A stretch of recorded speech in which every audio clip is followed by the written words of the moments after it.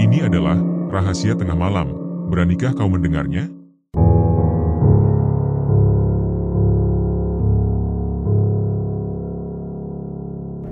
Anto adalah seorang pria yang telah berkeluarga dan memiliki seorang anak yang baru berusia 4 tahun. Untuk memenuhi kebutuhan keluarganya, ia rela melakukan pekerjaan apa saja. Namun, di era tahun 90-an, keadaan ekonomi sangat sulit, terutama bagi mereka yang hanya bekerja serabutan. Setiap kali Anto pulang tanpa membawa penghasilan, suasana di rumah seringkali memanas. Istrinya, seorang wanita yang penyabar dan sangat mencintai keluarganya, selalu berusaha memahami keadaan. Namun, seiring waktu, kesabaran itu mulai terkikis ketika Anto sering pulang dengan tangan kosong. Akhirnya, istrinya memutuskan untuk bekerja sebagai tenaga kerja Indonesia, TKI, di luar negeri demi membantu memperbaiki kondisi ekonomi keluarga.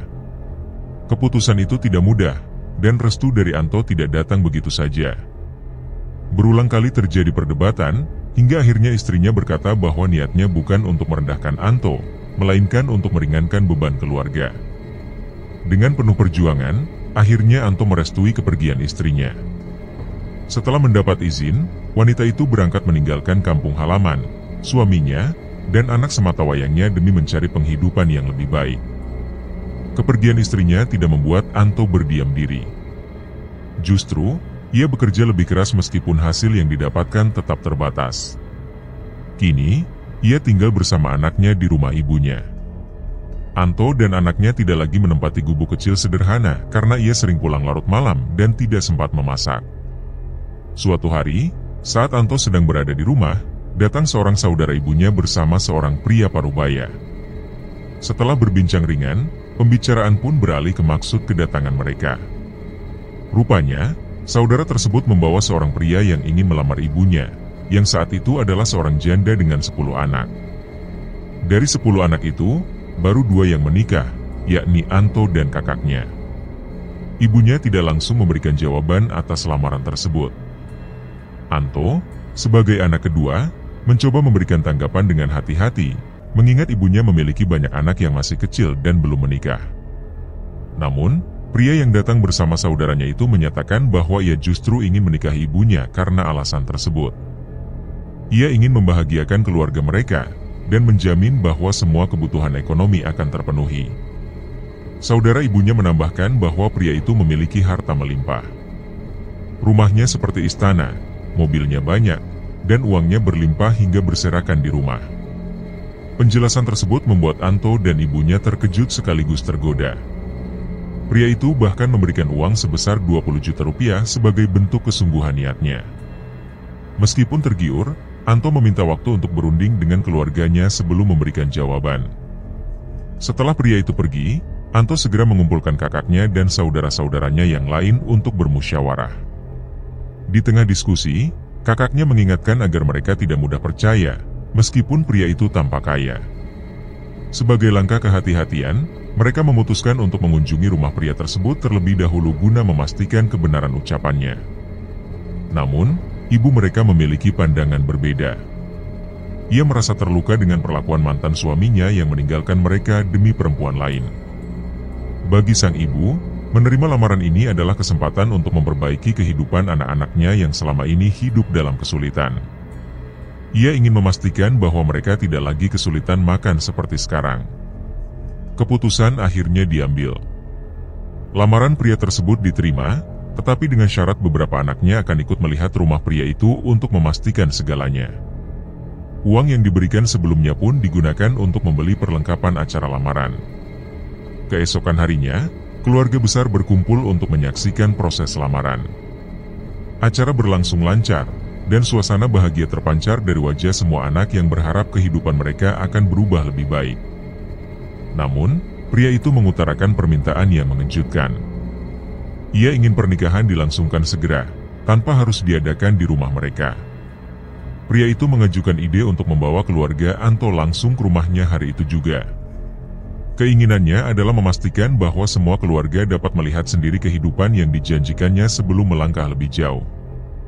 Anto bersama keempat saudaranya memutuskan untuk pergi ke rumah calon bapak mereka. Perjalanan menuju rumah itu memakan waktu sekitar 4 jam. Sepanjang perjalanan, mereka bertanya-tanya tentang sosok pria yang akan menikahi ibu mereka. Ketika akhirnya tiba di sana, betapa kagetnya Anto dan saudara-saudaranya melihat rumah tersebut. Rumah itu begitu besar dan mewah, lengkap dengan mobil-mobil berjajar rapi di garasi. Halaman rumahnya luas, bahkan ada kolam renang yang tampak bersinar di bawah cahaya matahari. Setelah sampai, pria yang akan menikahi ibu mereka menyambut dengan ramah. Dia mengajak mereka masuk ke dalam rumah. Di dalam, pria itu menjelaskan bahwa dia telah lama hidup sendirian karena istri dan kelima anaknya sudah meninggal. Kesedihan terpancar dari wajahnya saat ia bercerita tentang kehidupannya yang sunyi.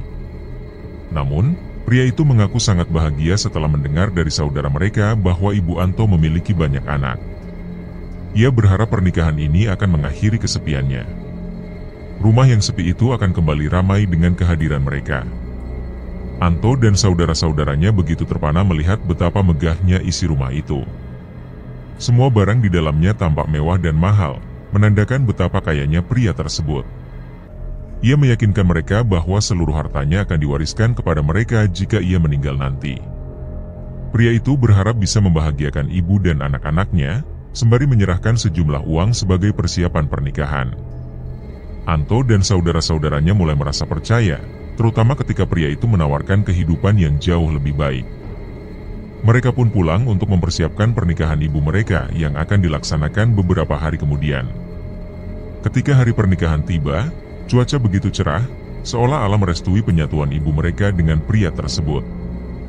Meski acara pernikahan digelar sederhana dan hanya dihadiri oleh keluarga Anto saja, tidak ada yang meragukan niat pria itu untuk membahagiakan keluarga baru yang akan ia bentuk. Hari-hari yang awalnya penuh tangisan dan kesedihan berubah menjadi senyuman bahagia setelah pernikahan ibu mereka. 2 bulan berlalu, dan belum ada hal aneh yang terjadi. Pria tersebut membelikan mereka rumah baru di kampung sebelah. Ia juga beralasan bahwa mereka belum bisa menempati rumah lamanya karena terlalu banyak kenangan pahit yang ia alami di sana. Alasan itu pun diterima dengan lapang oleh ibu dan anak-anaknya. Suatu malam, Anto berkunjung ke rumah baru ibu dan bapak tirinya. Mereka berbincang hingga akhirnya obrolan tersebut mengarah pada hal yang lebih serius. Anto memberanikan diri untuk bertanya tentang pekerjaan bapak tirinya yang membuatnya begitu kaya. Pria itu tersenyum dan berkata, jika Anto ingin hidup berkecukupan, ia bisa mengikuti jejaknya, tetapi dengan syarat Anto tidak boleh memberitahu ibu dan saudara-saudaranya tentang rencana mereka. Keesokan harinya, Anto memutuskan untuk menitipkan anaknya, Dani, kepada mertuanya. Ia merasa perlu bersiap-siap jika tugas yang diberikan bapak tirinya memakan waktu yang lama. Ketika berada di rumah mertuanya, Anto menjelaskan tentang rencananya pergi bersama bapak tirinya. Namun, mertuanya mulai merasakan ada sesuatu yang janggal.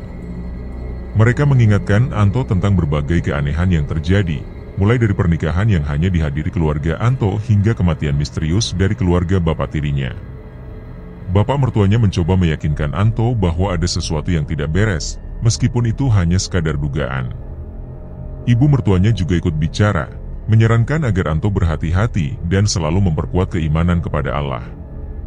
Dengan nasihat itu, Anto pun mulai merasakan keraguan dalam hatinya. Namun, ia tetap memutuskan untuk mengikuti ajakan bapak tirinya, berharap kebenaran akan terungkap saat ia pergi bersama pria tersebut. Setelah menitipkan anaknya, Anto bergegas menuju rumah bapak tirinya. Namun, belum sempat tiba di sana, ia melihat bapak tirinya sudah menunggu di pertigaan jalan menuju rumah tersebut. Kehadirannya yang tak terduga membuat Anto sedikit terkejut, tetapi ia tetap melanjutkan langkahnya.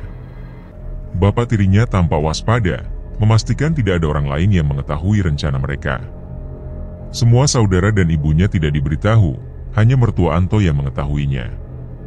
Sang bapak menganggap bahwa yang perlu disembunyikan hanyalah keluarganya sendiri, bukan pihak mertua. Dengan persetujuan Anto, mereka segera berangkat. Dalam perjalanan, keduanya tidak banyak berbicara. Namun, suasana mulai terasa janggal ketika mereka hampir memasuki kota lain. Tiba-tiba, bapak tirinya memberikan sehelai kain hitam kepada Anto, memintanya untuk menutup mata. Anto yang semula kebingungan, akhirnya menuruti perintah tersebut. Sang bapak mengatakan bahwa saatnya belum tepat bagi Anto untuk mengetahui segalanya. Ia ingin melihat terlebih dahulu sejauh mana kesungguhan Anto dalam mengejar kekayaan yang dijanjikan. Setelah 4 jam perjalanan, mobil akhirnya berhenti. Ketika kain penutup matanya dilepas, Anto mendapati dirinya berada di sebuah perumahan mewah yang berbeda dari tempat sebelumnya. Rumah-rumah besar berderet, sangat megah dan berkelas. Bapak tirinya menjelaskan bahwa itu adalah salah satu dari sekian banyak rumah miliknya, dan mengajak Anto untuk masuk. Setelah bel rumah berbunyi, seorang wanita parubaya yang berparas cantik muncul, menyambut mereka. Wanita itu bernama Marni, dan ia mempersilakan Anto masuk. Bapak tirinya segera menuju kamar untuk beristirahat, sementara Anto diminta berbincang atau beristirahat dimanapun ia suka. Sambil duduk di atas kursi mewah, Anto memperhatikan sekeliling, terpukau oleh kemewahan rumah tersebut. Tak lama kemudian, Marni datang membawa segelas minuman dan duduk di sampingnya. Anto merasa canggung, namun Marni berusaha mencairkan suasana dengan memulai percakapan. Marni menjelaskan bahwa dirinya adalah penjaga salah satu toko perabot milik Bapak Anto. Dia mengungkapkan bahwa kekayaan yang dimiliki Bapak Anto sebagian besar berasal dari usaha tersebut. Anto mulai merasa heran dengan ucapan Marni yang seolah-olah memberikan banyak hal kepada dirinya, meski mereka baru bertemu.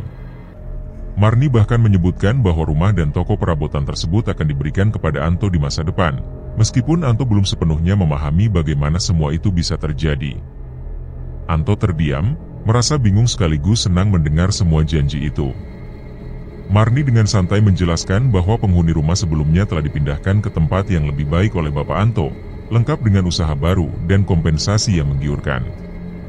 Anto semakin takjub dengan kebaikan sang bapak tiri yang tampak begitu dermawan. Setelah beberapa saat, Marni pun pergi untuk mandi, meninggalkan Anto yang masih merenungkan segala ucapan yang didengarnya. Malam itu, Anto menikmati tidur di kasur empuk dalam kamar yang begitu mewah. Namun, di balik semua kenyamanan itu, hatinya masih dipenuhi pertanyaan tentang kebenaran di balik semua yang terjadi. Hari pun berganti, dan setelah sarapan, bapak tirinya memanggilnya untuk berbicara. Ia menjelaskan bahwa hari itu ia harus pulang, khawatir ibu Anto mencarinya. Sebelum pergi, ia kembali menegaskan bahwa segala yang dijelaskan Marni adalah benar. Rumah, toko, dan segala isinya akan menjadi milik Anto, asalkan ia menuruti semua arahan Marni. Anto yang terharu mendengar penjelasan bapak tirinya, menangis bahagia. Ia berjanji akan mengikuti setiap perintah Marni agar bisa menikmati kemewahan yang dijanjikan. Dengan perasaan lega, Anto pun memeluk bapak tirinya sebelum lelaki itu pergi meninggalkannya berdua dengan Marni. Siang harinya, Marni mengajak Anto untuk pergi ke toko perabotan. Mereka menuju sebuah ruko besar di tengah kota yang ramai. Anto yang masih asing dengan kota tersebut, kembali merasa heran ketika Marni meminta dirinya untuk menjaga toko sendirian. Marni meyakinkannya bahwa Anto bisa menjual barang-barang sesukanya, mengingat toko itu sudah menjadi miliknya. Meskipun bingung, Anto hanya bisa menuruti perintahnya tanpa banyak bertanya. Setelah kepergian Marni, Anto ditinggal sendiri di toko. Ia tidak hanya berdiam diri, melainkan mulai merapikan dan membersihkan perabotan yang berdebu. Terlihat jelas bahwa banyak perabotan yang kotor, seolah-olah toko itu jarang sekali laku terjual. Kenyataannya, hingga senja tiba dan Marni datang lagi untuk menjemput, tidak ada satupun orang yang datang membeli perabot di toko tersebut, meskipun di luar toko, suasana ramai oleh pengunjung yang berlalu lalang. Anto merasa lega, karena dalam hatinya, ia takut membuat kesalahan pertama dengan memberikan harga yang salah. Pikiran itu terus menghantui sepanjang hari. Ketika Marni datang kembali di sore hari, Anto menyadari tak ada perubahan pada situasi toko. Ia tetap mengkhawatirkan hal-hal yang belum ia pahami. Marni, yang datang dengan wajah tenang, langsung menanyakan bagaimana penjualan hari itu. Anto hanya menjawab pelan, sembari membuka laci tempat penyimpanan uang dan lemari. Kejadian aneh terjadi ketika lemari dan laci dibuka. Mereka penuh sesak dengan tumpukan uang. Anto terpana melihat pemandangan itu, karena dari pagi hingga petang, tidak ada pembeli yang datang. Namun, uang begitu banyak berada di dalam lemari. Marni, dengan nada datar, menyuruh Anto berhenti tertegun dan segera memasukkan uang itu ke dalam karung yang ia bawa. Tanpa banyak bertanya, Anto pun memasukkan tumpukan uang ke dalam 2 karung goni yang besar, meskipun di hatinya dipenuhi tanda tanya. Dari mana semua uang ini berasal? Sepanjang perjalanan pulang, Anto terdiam dalam lamunannya. Ia terus memikirkan apa yang telah terjadi. Bagaimana mungkin dari toko yang sepi, mereka bisa membawa 2 karung uang penuh? Pikiran ini terus berkecamuk hingga akhirnya mobil berhenti di depan rumah. Marni membangunkan Anto dari lamunannya dan menyuruhnya turun serta membawa uang masuk ke dalam rumah. Mereka berjalan menuju salah satu kamar yang ada di rumah tersebut. Ketika pintu kamar dibuka, kedua tangan Anto melemas. Karung-karung goni yang ia pegang jatuh begitu saja dari tangannya. Ia terduduk, matanya terbelalak menatap ruangan yang penuh sesak dengan karung goni berisi uang. Kamar itu dipenuhi tumpukan uang hingga tidak ada ruang tersisa. Kebingungan merayapi benaknya. Anto terbata-bata mencoba berbicara, tapi yang keluar hanya ucapan terbata mengenai tumpukan uang yang tidak bisa ia jelaskan. Marni menjelaskan dengan tenang bahwa semua uang dalam karung itu nantinya akan menjadi milik Anto. Namun, ada syarat yang harus ia penuhi, yaitu selalu patuh kepada Marni. Anto yang sudah terbuai oleh harta di depannya langsung setuju tanpa banyak berpikir. Setelah memasukkan kembali uang ke dalam kamar, Anto merasa dirinya akan hidup dalam kemewahan. Ia membaringkan tubuhnya di ranjang dan menatap langit-langit kamar dengan perasaan senang, membayangkan masa depannya yang serba mudah. Setelah beristirahat, Anto keluar dari kamar dan duduk di ruang tamu. Marni menyodorkan secangkir kopi kepadanya. Anto menatap Marni dengan tatapan berbeda. Kini, Marni mengenakan pakaian yang menggoda, membuat Anto semakin terbuai. Dengan lembut, Marni duduk di sampingnya dan mulai berbicara tentang pekerjaan mereka di toko. Menurutnya, Anto tidak hanya sekadar menjaga toko, tetapi ada proses lain yang harus dilalui sebelum ia benar-benar bisa menikmati keuntungan dari uang itu. Marni kemudian membawa Anto ke sebuah kamar lain di dalam rumah. Begitu pintu kamar dibuka, Anto tertegun. Ruangan itu dipenuhi perlengkapan sesajen. Di dalamnya ada menyan, dupa, kopi hitam, buah-buahan, dan berbagai benda lain yang biasa digunakan dalam ritual. Marni duduk dan mulai melantunkan jampi-jampi, sebuah ritual yang tidak terlalu lama. Setelah selesai, ia menyuruh Anto mengenakan sebuah rompi berwarna hitam, sama seperti yang dikenakan oleh Marni. Malam itu, mereka berdua keluar dari rumah dan berjalan kaki ke arah timur. Marni mengingatkan bahwa mereka harus kembali sebelum jam 1 malam.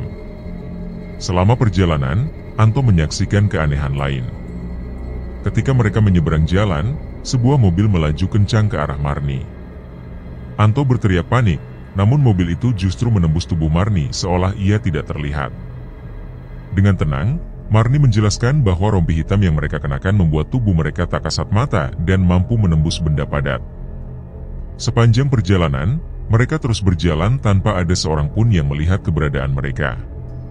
Ketika mereka kembali tepat pada jam 1 dini hari, Marni mengajak Anto kembali ke kamar sesajen. Anto kembali dikejutkan oleh apa yang dilihatnya. Ruangan yang sebelumnya hanya dipenuhi sesajen, kini penuh sesak dengan tumpukan uang. Marni menjelaskan bahwa uang itu datang secara gaib setiap kali mereka berjalan dengan mengenakan rompi hitam. Anto, yang masih dipenuhi kebingungan, mencoba memahami situasi. Ia menuruti semua perintah Marni, memasukkan uang ke dalam karung goni dan menyimpannya di kamar sebelah. Walaupun tidak masuk akal baginya, Anto terus menjalankan perintah Marni, mengabaikan keraguan yang sempat muncul di benaknya. Anto mulai merasakan ambisinya tumbuh, terbuai oleh kekayaan yang tiba-tiba datang tanpa usaha. Di dalam hatinya, ia mulai berpikir, apapun yang harus dilakukan untuk mendapatkan ilmu dan harta itu, ia akan melakukannya tanpa ragu. Setelah beberapa saat, uang yang tersimpan di dalam kamar telah dibereskan sesuai perintah Marni. Anto kemudian masuk ke dalam kamarnya. Suara ketukan terdengar di pintu, dan Marni yang berada di dalam kamar mengizinkannya masuk. Ketika Anto melangkah masuk, ia tak dapat menahan diri dan menelan ludahnya sendiri. Di atas ranjang, Marni terbaring dengan pakaian yang sangat transparan, tanpa pakaian dalam. Dengan perasaan campur aduk antara ketakutan dan hasutan nafsu, Anto mendekati ranjang Marni secara perlahan. Setiap langkah yang diambilnya terasa berat, namun ia tetap melangkah, hingga akhirnya naik ke atas ranjang. Marni memintanya untuk memijat kakinya, dan Anto, dengan penuh keraguan, mulai membelai betis Marni secara perlahan. Sentuhan lembutnya membuat Marni menghela napas, namun ketika tangannya mulai terlalu keras, Marni menegurnya untuk lebih pelan. Anto kemudian mengurangi tekanan tangannya, mencoba mematuhi permintaan tersebut. Tiba-tiba, Marni duduk dan memeluk tubuh Anto. Anto, meski merasa bersalah, tetap menerima pelukan tersebut. Ketika hal yang dilarang agama hampir terjadi, Anto tiba-tiba terkejut dan menyadari bahwa Marni datang bulan. Bercak darah yang menodai ranjang menjadi bukti jelas. Marni terlihat sangat kesal karena kejadian itu menghalanginya untuk melanjutkan keinginannya. Anto yang kini sudah terhasut oleh rayuan nafsu, dengan bodoh menawarkan diri untuk tetap melanjutkannya, meskipun Marni dalam kondisi tersebut. Namun, Marni menolak dengan tegas, merasa jijik dan meminta Anto untuk kembali ke kamarnya. Malam itu berlalu, dan ketika pagi tiba, seperti biasa, Anto kembali menemani Marni ke toko untuk berjualan. Meski sepi pengunjung, laci uang selalu penuh saat Marni menjemputnya di sore hari. Begitu pula dengan malam harinya, saat ritual sesajen di dalam kamar dan pakaian khusus yang dikenakan keduanya sebelum berjalan kaki di malam hari, menuju rumah pada jam 1 dini hari. Kehidupan Anto mulai diisi dengan rutinitas yang sama setiap hari, membuka toko tanpa ada pembeli, dan berjalan kaki di malam hari sebanyak 4 kali dalam seminggu. Pada hari ke-8, Bapak tiri Anto datang ke rumah untuk memastikan apakah Anto masih ingin melanjutkan jalan yang dipilihnya demi menjadi kaya. Dengan penuh ambisi, Anto menyatakan kesediaannya. Sang bapak pun memberikan syarat-syarat yang harus dipatuhi oleh Anto jika ingin mewujudkan impiannya. Anto harus membuat sebuah brankas besar dan memasukkan selembar uang yang diberikan bapaknya ke dalamnya. Setiap minggu, ia harus berjalan kaki menyusuri jalan ke arah barat sebanyak 3 kali dan harus kembali sebelum subuh. Selain itu, ia juga harus menjual buah lemon di rumahnya sebagai alibi, agar tidak menimbulkan fitnah dari tetangga.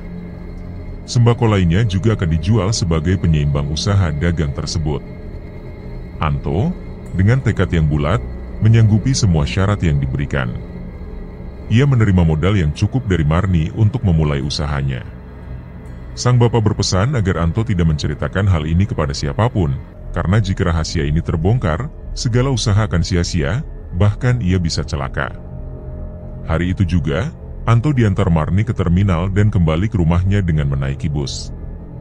Dalam perjalanan, Anto hanya memikirkan satu hal, kekayaan yang sudah menanti di depan mata.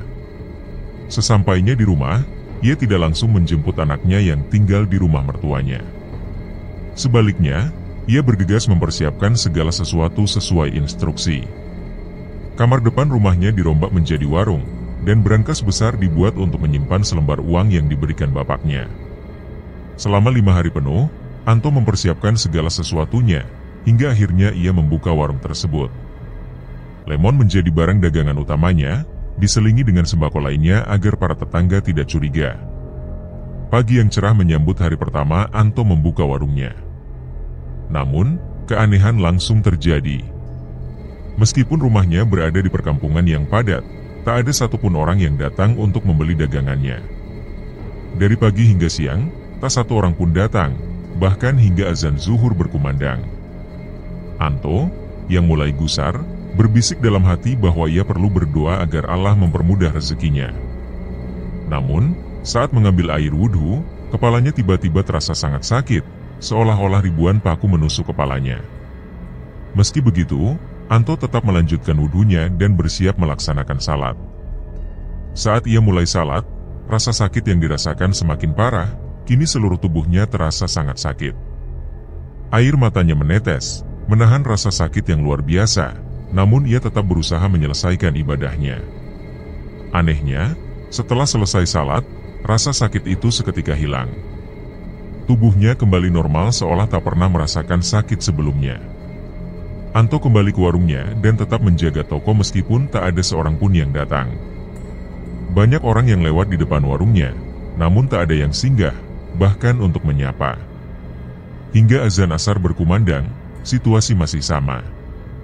Anto kembali melaksanakan salat asar, dan seperti sebelumnya, tubuhnya kembali dilanda rasa sakit yang sangat luar biasa saat wudhu dan salat. Namun, setelah selesai, rasa sakit itu kembali hilang begitu saja. Waktu terus berlalu, dan saat jarum jam menunjukkan pukul 5 sore, Anto masih belum menerima satupun pelanggan. Anto menutup warungnya dengan wajah lesu. Dari pagi hingga malam, tidak satupun pembeli yang datang. Hatinya bergumam penuh tanya, apakah ini hukuman atas sesuatu yang pernah ia lakukan? Pikirannya melayang ke masa ketika ia menjaga toko milik bapak tirinya. Perlahan, ia membuka laci uang yang dibuat cukup besar. Anto tertegun melihat pemandangan di depannya. Laci itu penuh sesak dengan uang, meskipun sepanjang hari tidak ada pelanggan. Tanpa membuang waktu, Anto mengambil karung goni yang pernah diberikan oleh bapak tirinya. Ia memasukkan uang dari laci itu ke dalam karung dengan tergesa-gesa. Namun, uang tersebut hampir tidak muat, begitu banyaknya. Dalam hatinya, Anto merasa yakin bahwa ia pun kini bisa menjadi kaya. Karung goni yang penuh itu kemudian ia simpan di dalam kamar. Sejak malam itu, tugas Anto adalah berjalan kaki menyusuri jalan hingga menjelang subuh. Meskipun kekayaan datang dengan cara yang aneh, ia tetap berpikir positif bahwa rezeki adalah pemberian Tuhan. Ia pun melaksanakan salat maghrib dan isya seperti biasa, meskipun tubuhnya terasa sakit luar biasa. Namun, Anto tidak menyadari bahwa apa yang ia lakukan sebenarnya adalah bentuk persekutuan dengan iblis. Pukul 8 malam, Anto mengenakan rompi yang diberikan bapak tirinya. Seperti malam-malam sebelumnya, ia berjalan menyusuri jalan tanpa tujuan jelas, lalu kembali ke rumah sebelum azan subuh berkumandang. Ketika ia membuka berangkas di kamarnya, uang kembali memenuhi ruangan itu, bahkan kali ini jumlahnya lebih banyak. Anto bersyukur kepada Tuhan atas rezeki yang ia terima, meskipun setiap kali mengingat Tuhan, tubuhnya dilanda rasa sakit yang tidak tertahankan. Keesokan harinya, selepas salat subuh, Anto membuka warungnya. Namun, rasa kantuk yang berat membuatnya tertidur di dalam warung. Sekitar pukul 10 pagi, ia dibangunkan oleh adiknya yang menangis. Adiknya memberitahu bahwa Wati, adik bungsunya yang masih berusia 3 tahun, tiba-tiba meninggal dunia. Dengan penuh keterkejutan, Anto segera menuju rumah baru keluarga mereka, yang dibeli oleh bapaknya. Sesampainya di sana, ia melihat tubuh kecil Wati telah terbujur kaku. Ibu mereka menjelaskan bahwa saat bermain boneka, Wati terlihat ketakutan. Ia memegangi lehernya seolah-olah ada sesuatu yang mencekiknya, tubuhnya kejang-kejang, mulutnya berbusa, dan ia mengompol. Dalam waktu singkat, Wati meninggal dunia.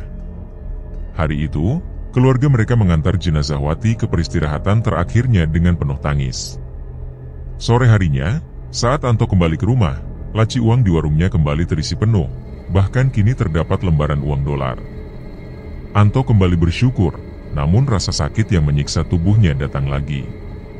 Ia hanya bisa menahan derita itu sambil terus melaksanakan salat 5 waktu, meyakini bahwa rasa sakit itu adalah ujian dari Tuhan. Namun, keanehan belum berakhir. Esok paginya, ia dikejutkan oleh berita kematian adiknya yang lain, Robi. Kejadiannya mirip dengan yang dialami Wati. Ibunya bercerita bahwa pagi itu, Robi tiba-tiba ketakutan. Ia memeluk ibunya sambil berkata bahwa ia melihat makhluk menyeramkan dengan perut buncit dan taring panjang. Tak lama, tubuh Robi kejang-kejang, mulutnya berbusa, dan ia pun meninggal dunia. Hari itu juga, Robi dikuburkan di samping makam Wati. 2 hari berturut-turut, keluarga Anto kehilangan 2 anak kecil. Setelah semua proses pemakaman selesai, Anto berpamitan kepada keluarganya untuk pulang. Ia merasa perlu kembali ke rumah karena warungnya belum ditutup. Selain itu, ia masih memiliki tugas dari bapak tirinya untuk berjalan kaki selama 3 malam berturut-turut. Jika tugas itu gagal dilakukan, semua yang telah ia peroleh akan lenyap. Ibunya memintanya untuk kembali menginap di rumah keluarga setelah menyelesaikan tugasnya, dan Anto menyanggupi permintaan tersebut sebelum melangkah pergi. Setibanya di rumah, seperti biasa, ia membuka laci uang di warungnya. Meskipun tidak ada satupun pembeli, laci itu kembali penuh sesak dengan tumpukan uang, bahkan kini berupa uang dolar. Anto merasa kesakitan luar biasa ketika hendak melaksanakan salat. Tubuhnya tidak lagi mampu menahan derita, bahkan salat sambil duduk pun terasa mustahil. Ia mencoba berbaring, tetapi rasa sakit itu semakin dahsyat, seakan tubuhnya dicambuk oleh benda panas secara terus-menerus. Akhirnya, ia tidak mampu melanjutkan salatnya. Aneh sekali, begitu ia meninggalkan salat, tubuhnya langsung sembuh total seolah tidak pernah terjadi apa-apa. Meski dihantui rasa bersalah, Anto kembali mengenakan rompi malam itu dan melanjutkan tugasnya menyusuri jalan. Sebelum subuh, ia telah kembali ke rumah, dan seperti biasa, kamarnya dipenuhi oleh tumpukan uang yang nyaris memenuhi ruangan. Setelah membereskan uang itu, Anto mencoba melaksanakan salat subuh, tetapi rasa sakit kembali menyerang tubuhnya dengan intensitas yang jauh lebih parah. Bahkan, sambil berbaring pun ia tidak mampu menyelesaikan salatnya. Anto terkulai lemah, merasa putus asa, dan memutuskan untuk membuka warung seperti biasa. Sekitar pukul 2 siang, salah seorang adiknya kembali membangunkannya dengan tangisan. Adiknya memberitahu bahwa dua saudara mereka, Radi dan Cece, telah meninggal dunia. Mereka ditemukan dalam keadaan tidak bernyawa saat hendak dibangunkan untuk salat zuhur. Anto terdiam, hatinya penuh dengan penyesalan dan ketakutan. Ia mulai merasa bahwa apa yang sedang ia lakukan mungkin menjadi penyebab malapetaka ini, meskipun ia tidak pernah membuat kesepakatan apapun. Anto dan adiknya segera pulang ke rumah keluarga. Di sana, ia menemukan kedua jasad adiknya telah terbujur kaku, siap untuk dimakamkan. Tangis kesedihan meliputi rumah mereka. Dalam hati, Anto bertanya kepada Tuhan mengapa musibah ini harus menimpa keluarganya. Hari itu, Radi dan Cece dikebumikan, dan kini 4 makam berbaris rapi di pemakaman keluarga. Semuanya adalah adik-adiknya. Malam harinya, setelah kembali ke rumah, Anto memutuskan untuk menutup warungnya. Ia membuka laci uang yang kembali penuh sesak dengan uang. Kali ini, pikiran Anto dipenuhi rasa bersalah. Ia bertanya-tanya apakah uang ini adalah hasil dari perbuatannya sehingga menyebabkan keluarganya kehilangan 4 anggota. Namun, ia tetap tidak dapat memahami dari mana semua uang itu berasal, sebab ia merasa tidak pernah melakukan perjanjian apapun. Ketika azan maghrib berkumandang, Anto memutuskan untuk salat. Namun, rasa sakit yang ia rasakan kali ini begitu menyiksa hingga kepalanya terasa ditusuk ribuan paku. Meskipun begitu, Anto tetap menyelesaikan wudhunya dengan langkah berat. Saat ia mencoba melaksanakan salat, rasa sakit yang luar biasa memaksanya terjatuh. Air mata yang mengalir dari matanya berubah menjadi darah, disusul oleh darah yang keluar dari hidung, mulut, dan telinganya. Anto muntah darah berulang kali hingga akhirnya terkulai lemas di atas sajadah. Malam itu, sekitar pukul 9, Anto masih terbaring lemah. Ia merasa bahwa ajalnya sudah dekat. Dalam hati, ia memohon ampunan kepada Tuhan, menyerahkan nasib istri dan anak kepadanya. Di tengah rasa sakit yang tak tertahankan, anak Anto yang baru pulang memanggil kakek dan neneknya untuk melihat kondisi bapaknya. Ketika kakek masuk ke rumah, ia terkejut melihat keadaan menantunya yang tergeletak di atas sajadah dengan darah di mana-mana. Sambil meminta nenek menyiapkan air hangat, kakek melihat ke kamar Anto dan mendapati pemandangan yang mengerikan. Di sana, ada sosok makhluk menyeramkan dengan wajah yang menakutkan. Makhluk itu berdiri di antara tumpukan uang yang berserakan di kamar. Kakek segera menutup pintu kamar dan kembali ke ruang utama, membaca doa-doa pengusir jin. Anto, yang masih terbaring lemah, berusaha menjelaskan bahwa ia hanya melakukan tugas yang diperintahkan oleh bapak tirinya. Namun, darah terus keluar dari tubuhnya, membuatnya semakin sulit untuk berbicara. Kakek dan nenek terus membaca ayat-ayat suci, memohon perlindungan kepada Tuhan agar menantunya diberikan kesempatan untuk bertobat. Sementara itu, Anto hanya bisa menahan rasa sakit yang semakin menyiksa, dengan tubuh yang semakin lemah di atas sajadahnya. Anto terus-menerus muntah darah, sementara darah juga keluar dari telinga, mata, dan hidungnya.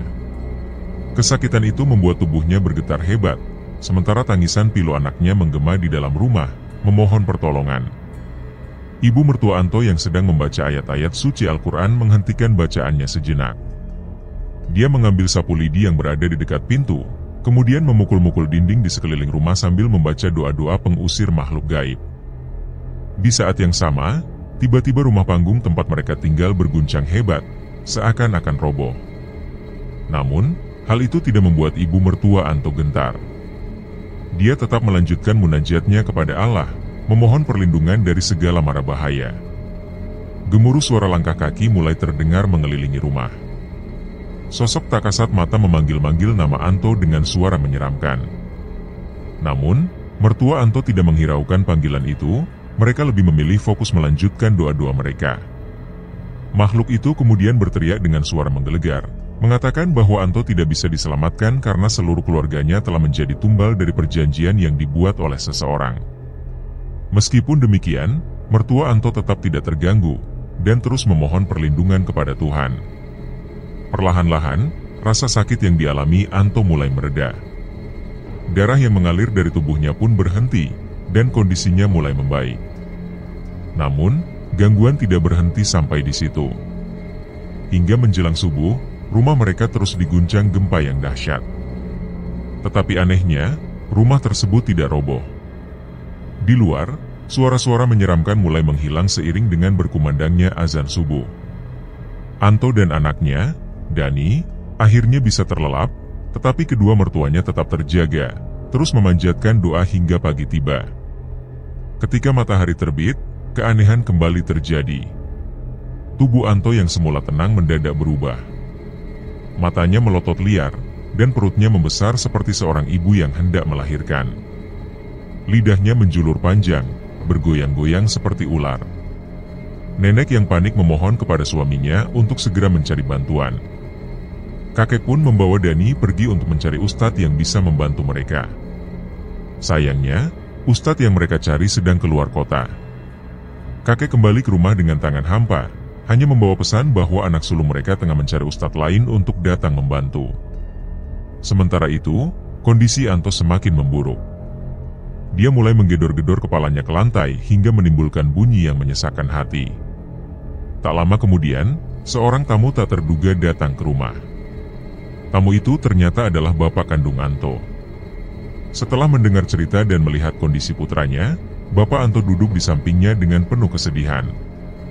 Dia mengakui kesalahan masa lalunya, meninggalkan keluarga karena konflik dengan ibu Anto.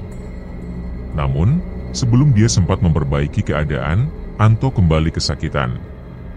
Perutnya tampak semakin membesar, dan dia mulai muntah serta mengeluarkan darah dari seluruh tubuhnya. Bapak Anto kemudian berwudu dan memanjatkan doa sambil memegang kepala putranya. Dengan dahaknya, dia melumuri kepala Anto dan terus membaca ayat-ayat suci. Perlahan, sesuatu yang mengerikan terjadi. Sebuah paku panjang, sekitar 30 cm, mulai keluar dari kepala Anto. Paku itu terus bergerak hingga akhirnya terlepas sepenuhnya dan melesat menembus plafon rumah. Setelah paku itu hilang, Bapak Anto menyiramkan air yang telah disiapkan ke seluruh tubuh anaknya. Anto mulai menunjukkan tanda-tanda pemulihan. Tubuhnya yang sebelumnya terasa panas dan berat kini mulai terasa normal kembali. Keajaiban kembali terjadi di tubuh Anto. Perutnya yang semula membesar hingga tampak seperti akan pecah perlahan-lahan kempis. Anto pun berhenti muntah darah, dan rasa sakit yang selama ini menyiksa tubuhnya mulai menghilang. Namun, dari dalam kamar tempat penyimpanan uang terdengar suara menggemakan keluhan penuh penderitaan. Suara itu menggema seperti seseorang yang kesakitan parah, memohon pertolongan. Saat itu, Bapak Anto meminta bapak mertuanya untuk membuka pintu kamar tersebut. Ketika pintu terbuka, pemandangan yang mengejutkan terlihat. Di dalam kamar terdapat 4 sosok buto ijo yang tampak sedang menderita luar biasa. Tubuh mereka berguling-guling di lantai, mengerang kesakitan, sambil perut mereka membesar hingga tampak hampir pecah. Dari mulut mereka keluar darah, dan seluruh tubuh mereka mengeluarkan asap pekat yang menyelimuti ruangan. Bapak Anto melangkah mendekat. Ia meletakkan tangan di atas perut Anto sambil terus melafalkan doa-doa. Keempat makhluk menyeramkan itu semakin terlihat kebapakan, hingga akhirnya tubuh mereka terbakar hangus dan berubah menjadi abu.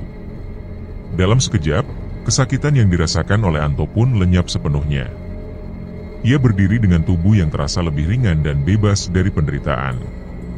Setelah kejadian tersebut, suasana di rumah berubah menjadi penuh keharuan. Bapak dan anak itu saling berpelukan, memohon maaf atas kesalahan masing-masing. Perasaan lega dan syukur memenuhi hati mereka. Bapak Anto kemudian meminta Anto untuk memeriksa isi kamar yang menjadi tempat penyimpanan uang. Saat masuk ke dalam, Anto melihat keajaiban lain.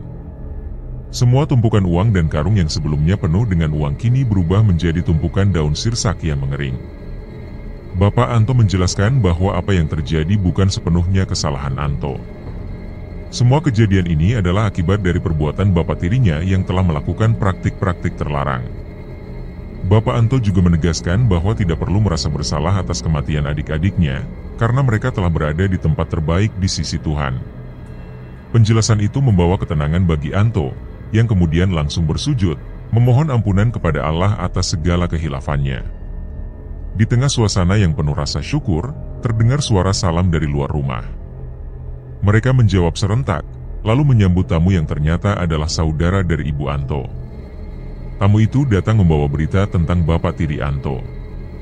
Pagi itu, katanya, bapak tiri Anto datang ke rumah saudara tersebut bersama seorang perempuan bernama Marni dan seorang sopir.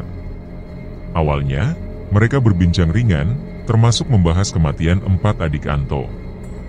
Namun, yang membuat aneh adalah ekspresi bapak tiri dan perempuan itu yang tampak bahagia saat membicarakan kabar duka tersebut. 1 jam sebelum tamu itu tiba di rumah Anto, kejadian di luar logika terjadi di rumah saudara tersebut. Sebuah paku besar tiba-tiba terbang dan menembus dinding rumah, lalu menancap di kepala bapak tiri Anto. Ia langsung muntah darah, dan perutnya membesar seperti akan pecah. Saudara itu mengaku ingin mengantar bapak tiri Anto ke rumah sakit, tetapi dilarang oleh Marni. Hingga kini, tidak ada yang tahu kemana mereka pergi. Anto, yang sudah memahami akar dari semua kejadian ini, memutuskan untuk tidak ikut mencari bapak tirinya. Ia menjelaskan kepada tamu tersebut apa yang telah terjadi, tanpa meninggalkan satu pun detail. Saudara itu akhirnya meminta maaf kepada Anto dan keluarganya atas segala hal yang telah terjadi. Hari itu juga, Anto menemui ibunya untuk meminta maaf. Namun, ia memilih untuk tidak menceritakan kebenaran di balik kejadian ini, khawatir ibunya akan merasa bersalah dan jatuh sakit akibat menanggung beban pikiran tersebut. Dalam hati, Anto hanya berharap bahwa semuanya akan segera berlalu, dan hidup mereka bisa kembali damai seperti sedia kala.